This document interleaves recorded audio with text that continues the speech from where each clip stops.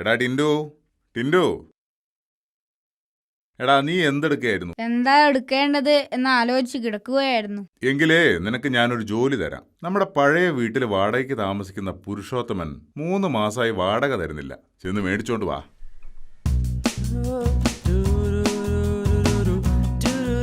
നാണിയമ്മേ, സുഖല്ലേ? അല്ല, ഇതാരാ? ടിൻഡു മോനോ? വാ വാ, ചോദിക്കട്ടെ. മോനങ്ങ് വലുതായി പോയല്ലോ. ഇപ്പൊ എത്ര വയസ്സായി? ബസ്സിലും തിയേറ്ററിലും 3, സ്കൂളിൽ 10. നാണിയമ്മേ, ഈ കോഴി ഒരു ദിവസം എത്ര മുട്ടയിടും? എടാ, എല്ലാ കോഴികളും ദിവസം ഒരു മുട്ടയേ ഇടൂ. അയ്യേ, കള്ളം, പച്ചക്കള്ളം. ഇന്നാള് പത്രത്തിലുണ്ടായിരുന്നല്ലോ, അമേരിക്കയിൽ കോഴികൾ സെക്കൻഡിൽ 1300 മുട്ടകൾ ഇടുന്നെന്ന്.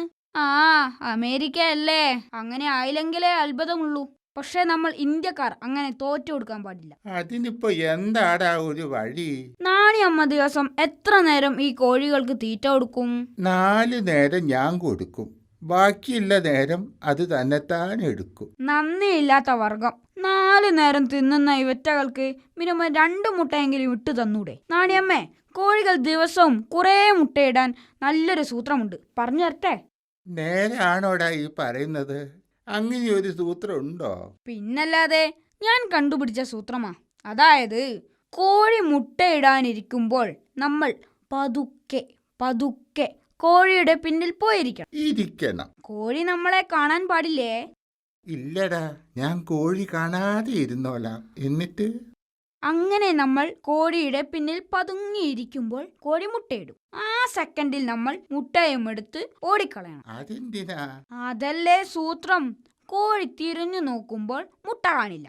ചേടാ, ഞാൻ മുട്ടയിട്ടില്ലല്ലോ എന്ന് കോഴി വിചാരിക്കും. എന്നിട്ട് വീണ്ടും മുട്ടയിടും. അപ്പോഴും നമ്മൾ മുട്ടയെടുത്ത് ഓടിക്കളയും. ഞാൻ വീണ്ടും മുട്ടയിട്ടില്ലല്ലോ എന്നോർത്ത് വീണ്ടും മുട്ടയിടും. നമ്മുടെ ടൈം അനുസരിച്ച് എത്ര മുട്ട വേണമെങ്കിലും ഇടിക്കാം. എങ്ങനെയുണ്ട് സൂത്രം? പോടാ കുരുത്തം കെട്ടവനെ, മനുഷ്യനെ വെറുതെ കൊതിപ്പിച്ചു.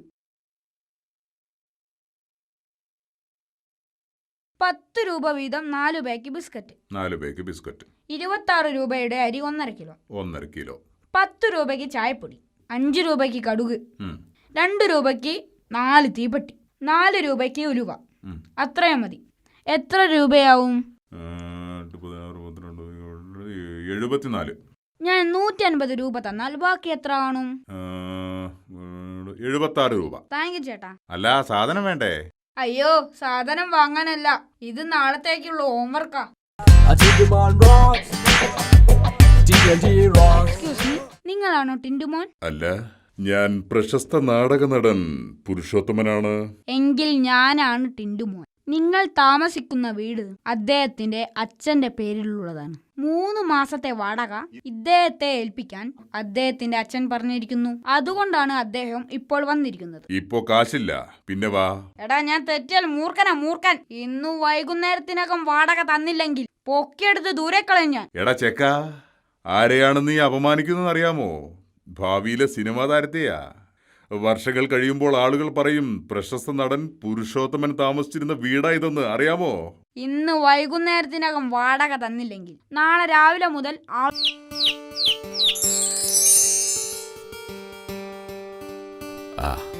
എന്താ ടിൻഡു ഇത്ര വലിയ ആലോചന? അല്ല മുത്തച്ഛ, ഞാൻ നമ്മുടെ ഇന്ത്യയെ കുറിച്ച് ഓർത്തങ്ങടെ ഇരുന്ന് പോയതാ. ഇന്ത്യക്കിപ്പോ എന്തു പറ്റി? ഗാന്ധിജി പോയി, നെഹ്റുജി പോയി, സുഭാഷ് ചന്ദ്രബോസും പോയി. എനിക്കാണെങ്കിൽ സുഖമില്ല. ഇനി ഇന്ത്യയുടെ ഗതി എന്താകുമോ എന്തോ. ആലോചിച്ചിട്ടൊരു എത്തും പിടിയും കിട്ടുന്നില്ല. എടാ ടിൻഡു, നിനക്ക് സുഖമില്ലാത്ത കാര്യം ട്യൂഷൻ മാഷ് അറിഞ്ഞു എന്നാ തോന്നുന്നേ. മാഷിതേ ഇങ്ങോട്ട് വരുന്നുണ്ട്. എവിടെയും പോയി ഒളിച്ചോ. അയ്യോ, ചതിച്ചു. മുത്തച്ഛൻ മരിച്ചെന്ന് പറഞ്ഞിട്ടാ ഞാൻ ഒരാഴ്ച ലീവ് എടുത്തത്. ഓ മുത്തച്ഛൻ, എവിടെങ്കിലും ഒന്ന് പോയി ഒളിക്കേ. ടിൻഡുമോനില്ലേ? ഇല്ല, അവന് നല്ല സുഖമില്ല. ആശുപത്രി വരെ ഒന്ന് പോയതാ. നിങ്ങൾ ടിൻഡുമോന്റെ? ഞാൻ അവന്റെ ഗ്രാൻഡ് ഫാദറാ. കഴിഞ്ഞ ആഴ്ചയല്ലേ അവൻ ഗ്രാൻഡ് ഫാദർ മരിച്ചു എന്ന് പറഞ്ഞ് ലീവ് എടുത്തത്? അയ്യോ മാഷേ, ആ മരിച്ച ഗ്രാൻഡ് ഫാദർ ഞാനല്ല. മരിച്ചത് അവന്റെ അമ്മയുടെ അച്ഛനാ. ഞാൻ അവന്റെ അച്ഛൻ്റെ അച്ഛനാ. എന്നാ ശരി, അവൻ വന്നാ പറഞ്ഞേക്ക് അവൻ്റെ മരിക്കാത്ത ട്യൂഷൻ മാഷ് വന്നിട്ടുണ്ടെന്ന്. എന്തായി മുത്തച്ഛ? എന്തായി പോയോ? മരിക്കാത്ത ട്യൂഷൻ മാഷ് പോയി എന്ന് പറയാൻ പറഞ്ഞു. കഴിഞ്ഞ ക്ലാസ് ടെസ്റ്റിൽ ട്യൂഷൻ മാഷ് മരിച്ചെന്ന് പറഞ്ഞാ ഞാൻ മുങ്ങിയത്. എന്നിട്ടെന്താ? സ്കൂളിൽ എല്ലാരും കൂടി റീത്തുമായി ട്യൂഷൻ മാഷിന്റെ വീട്ടിലേക്ക് പോയി.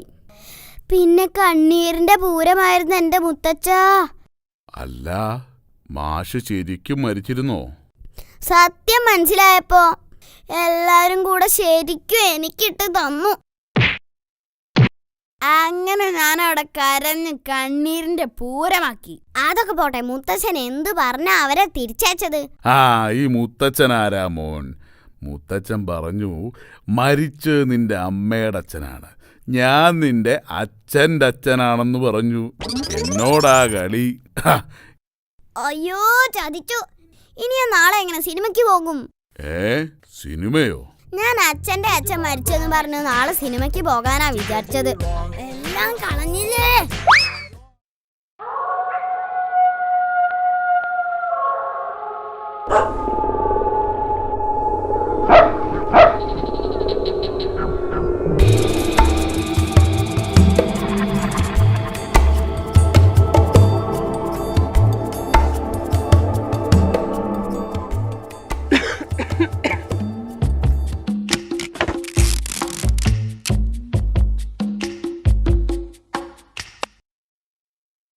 ആരാടാത്?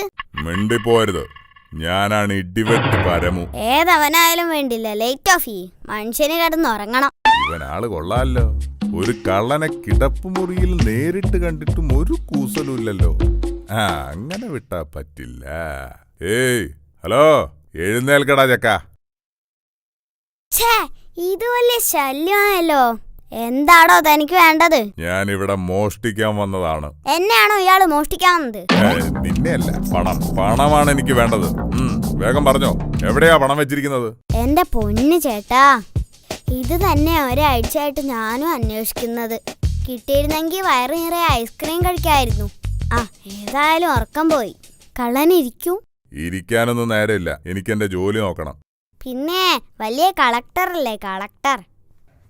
ഈരി ചേട്ടാ, അതെ, ആദ്യമായിട്ട് ഒരു കള്ളനെ ഞാൻ നേരിട്ട് കാണുന്നത്. പിന്നെ പരിചയപ്പെടാതെ പോകുന്നത് ശരിയല്ലല്ലോ. ഇരിക്കൂ. ഇരുന്നില്ലെങ്കിൽ ഞാൻ ഇപ്പൊ ഒച്ച വെച്ച ആളെ കൂട്ടും. എന്റെ അച്ഛൻ പോലീസിലാ, അറിയാവോ? അയ്യേ, പോലീസുകാരെ ഇത്രയും പേടിയാണെങ്കിൽ എന്തിനാ ചേട്ടാ ഈ പണിക്ക് ഇറങ്ങിയത്? പേടി കൊണ്ടല്ലടാ, പോലീസ് എന്ന് കേട്ടാ അപ്പോ ഇരുന്ന് കളയണം, എങ്കിലേ രക്ഷപ്പെടൂ. അതാണ് ഞങ്ങളുടെ ഒരു വിശ്വാസം. അന്ധവിശ്വാസം അല്ലാതെന്ത്? ചേട്ടൻ ജനിച്ചപ്പോഴേ കള്ളനായിരുന്നു. എത്ര വർഷമായി ഈ ജോലി തുടങ്ങിയിട്ട്? താൻ എന്നെ ഇന്റർവ്യൂ ചെയ്യാണോ? അയ്യോടാ, ഇന്റർവ്യൂ ചെയ്യാ ഇയാളാരാ? സിനിമാ നടനോ? മര്യാദക്ക് പറഞ്ഞില്ലെങ്കിൽ ഞാൻ ഇപ്പൊ അച്ഛനെ വിളിക്കും. ചേടാ, ഇത് വലിയ ശല്യമായല്ലോ. എടാ, 20 വർഷമായി ഞാൻ ഈ പണി തുടങ്ങിയിട്ട്. ശരി, ഞാൻ പോട്ടെ. എവിടെ പോവാൻ? അവിടെ ഇരിക്കേ. 20 വർഷം കൊണ്ട് കൊറേ സമ്പാദിച്ചു കാണുമല്ലോ അല്ലേ? ഒരു സമ്പാദ്യം ഇല്ല, അങ്ങനെ ജീവിച്ചു പോന്നു മാത്രം. ഇതിലും നല്ലത് തനിക്ക് പോലീസിൽ ചേരുന്നതായിരുന്നു. പോലീസ് പിടിക്കുമെന്ന് പേടിയില്ലാതെ കാശുണ്ടാക്കി കൂടായിരുന്നോ എന്റെ അച്ഛനെ പോലെ? ആട്ടെ, എന്തൊക്കെയാ നിങ്ങളുടെ രീതികൾ? നേരത്തെ പറഞ്ഞതുപോലെയുള്ള വിശ്വാസങ്ങൾ വേറെയുമുണ്ടോ? ഭഗവാനെ, ഇതിലും ഭേദം എന്നെ പോലീസ് പിടിക്കുന്നായിരുന്നു. എടാ മോനെ, എന്നെ ഒന്ന് ഒഴിവാക്കടാ. ചേട്ടൻ കൊഞ്ചാതെ കാര്യം പറ, അല്ലെങ്കിൽ ഞാൻ ഇപ്പൊ അച്ഛനെ വിളിക്കും. കൂടുതൽ വിശ്വാസമൊന്നുമില്ല. 13-ാം തീയതി ഞാൻ കക്കാൻ പോവില്ല, അത്ര തന്നെ. അതെന്താ? 13 നിർഭാഗ്യമാ. 13-ാം തീയതി, 13-ാം നമ്പർ വീട്, 13-ാം നമ്പർ മുറി, ഇതൊക്കെ എനിക്ക് പ്രശ്നമാണ്. ഓരോ അന്ധവിശ്വാസങ്ങൾ. എങ്ങനെയാ ചേട്ടൻ ഇതിൽ എത്തിപ്പെട്ടത്? എന്റെ കാമുകി കാരണം. അവൾക്ക് എന്നും ഓരോ ആവശ്യങ്ങളാ. എനിക്കാണെങ്കിൽ ജോലിയും ഇല്ല. അങ്ങനെ മോഷ്ടിക്കാൻ ഇറങ്ങി. അത് ശരി, ചേട്ടൻ അവളെ തന്നെ കല്യാണം കഴിച്ചല്ലേ? അത് നിനക്കെങ്ങനെ മനസ്സിലായി? അതുകൊണ്ടല്ലേ ചേട്ടൻ ഇപ്പോഴും ഈ പണി ചെയ്യുന്നത്? അല്ല, ഇത്രയും വലിയ ഫ്ലാറ്റിൽ ഏറ്റവും മുകളിലത്തെ നിലയിൽ ചേട്ടൻ എങ്ങനെ എത്തി? മോനെ, വർഷം 20 കഴിഞ്ഞു ഈ പണി തുടങ്ങിയിട്ട്. ഇതിലും വലിയ ഫ്ലാറ്റിൽ കയറിയിട്ടുണ്ട്, ഇറങ്ങി പോയിട്ടുമുണ്ട്. ചേട്ടനെ ഈ ജോലിക്കിടയിൽ എപ്പോഴെങ്കിലും അബദ്ധം പറ്റിയിട്ടുണ്ടോ? ഒരേ ഒരു തവണ, ഇന്ന് മാത്രം. ഒന്നല്ല, 2 അബദ്ധം. ഒന്നാമത് ഞാൻ ഇവിടെ വരാൻ പാടില്ലായിരുന്നു. രണ്ടാമത്തത് നിന്നെ വിളിച്ചുണർത്താൻ തീരെ പാടില്ലായിരുന്നു. ഹഹാ, നല്ല തമാശക്കാരനാണല്ലോ. കൊള്ളൻ. വേറെ ഏതെങ്കിലും ഒരു തമാശ പറയൂ. അതൊക്കെ നമുക്ക് പിന്നീട് പറയാം. ഇപ്പൊ ഞാൻ പോട്ടെ. പിന്നീട് പറയാന്നോ? അപ്പൊ താൻ ഇവിടെ കയറുന്നത് സ്ഥിരാക്കാനുള്ള പരിപാടിയാ? ആരാ അവിടെ സംസാരിക്കുന്നത്? അയ്യോ അച്ഛൻ, തന്റെ കാര്യം പോക്ക. ദൈവമേ, അതുവഴിയാ അച്ഛൻ വരിക. അത് കുളിമുറിയാ. ഇനി ഒന്നും നോക്കണ്ട, ആ ജാലകത്തിലൂടെ ചാടിക്കോ. അയ്യോ, ഇത് 13ാമത്തെ നിലയല്ലേടാ. അന്ധവിശ്വാസത്തിനൊന്നും ഇപ്പൊ സ്ഥാനമില്ല. രക്ഷപ്പെടണ. यात्रियां कृपया ध्यान दीजिए, गाड़ी नंबर 6001 थोड़ी ही देर में प्लेटफॉर्म नंबर 1 पर आने की संभावना है. അപ്പൂപ്പന് ഹിന്ദി അറിയില്ലല്ലേ? അപ്പൂപ്പ, അതായത് യാത്രക്കാർ ധ്യാനിച്ചിരുന്നോ തീവണ്ടി ഇപ്പൊ 1-ാം നമ്പർ പ്ലാറ്റ്ഫോമിൽ വരുമെന്ന്? അപ്പോ ഇതല്ലേ 1-ാം നമ്പർ പ്ലാറ്റ്ഫോം? അതെ. എന്നാല് ഞാൻ അപ്പുറത്ത് എവിടെയും പോയി നിന്നോളാം. ജീവിച്ചു കൊതി തീർന്നിട്ടില്ല മോനെ. ജീവൻ വേണേൽ റെയിലിലോട്ട് ഇറങ്ങി നിന്നോ. വണ്ടി പ്ലാറ്റ്ഫോമിൽ കയറിയാലോ പൊടി പോലും കിട്ടില്ല. ശോ, കഷ്ടം. ഹിന്ദി അറിയാൻ പാടില്ലാത്തതുകൊണ്ടുള്ള ബുദ്ധിമുട്ട്. ഹലോ, ആ ചിഞ്ചുവോ? എന്താടാ? ഇല്ലടാ, ഞാനന്ന് കൊച്ചിക്ക് പോവുക. ഓ, നീ ഔട്ട് ഓഫ് സ്റ്റേഷൻ ആണല്ലേ? ഇല്ല, ഒരു 10 മിനിറ്റ് മുമ്പ് വരെ ഔട്ട് ഓഫ് സ്റ്റേഷൻ ആയിരുന്നു. ഇപ്പൊ ഞാൻ ഇൻസൈഡ് സ്റ്റേഷനാ. ഞാൻ സ്റ്റേഷന്റെ അകത്ത് കയറി. ഓക്കേടാ, ഞാൻ വന്നിട്ട് വിളിക്കാം. ബൈ.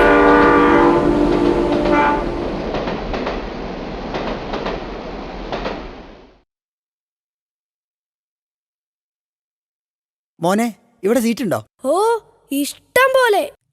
സീറ്റൊക്കെ ഫുള്ളാണല്ലോ. മര്യാദയ്ക്ക് മുന്നിലെ കമ്പാർട്ട്മെന്റിൽ കയറിയാ മതിയായിരുന്നു. ആ ചെക്കനോട് ഞാൻ ചോദിച്ചതാണല്ലോ. എടാ, ഞാൻ നിന്നോട് സീറ്റ് ഉണ്ടോന്ന് ചോദിച്ചല്ലേ കയറിയത്. താനെന്താ ആളെ കളിയാക്കുക? ചേട്ടൻ എന്താ കണ്ണ് കണ്ടൂടെ? ഈ കാണുന്നതൊക്കെ സീറ്റ് അല്ലാതെ പിന്നെന്താ?